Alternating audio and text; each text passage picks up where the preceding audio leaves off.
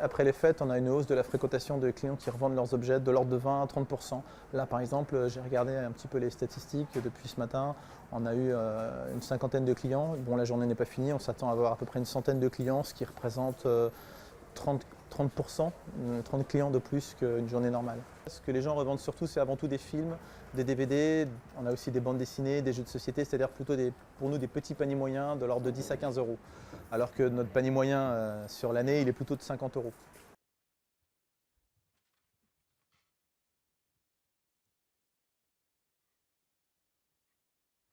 Tous les ans, depuis maintenant près de 8 ans, on constate un effet après Noël sur eBay.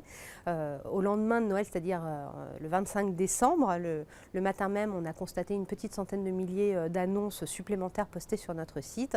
Et puis le 26 décembre au matin, on était à plus de 600 000 annonces postées sur le site d'ebay.fr. Le fait d'avoir un pic qui a lieu 15 jours avant ce qu'on avait coutume de voir sur eBay s'explique par deux choses.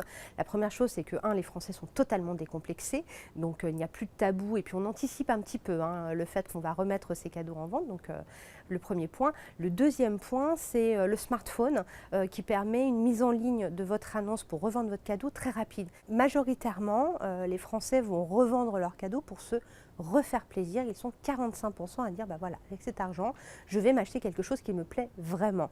Ce qu'on voit évoluer, c'est les personnes qui vont revendre leurs cadeaux pour aider à payer les factures de Noël. Et là, ils sont 31% à déclarer justement vouloir utiliser cet argent pour faire une rentrée d'argent complémentaire par rapport aux dépenses qu'ils ont eues durant cette période.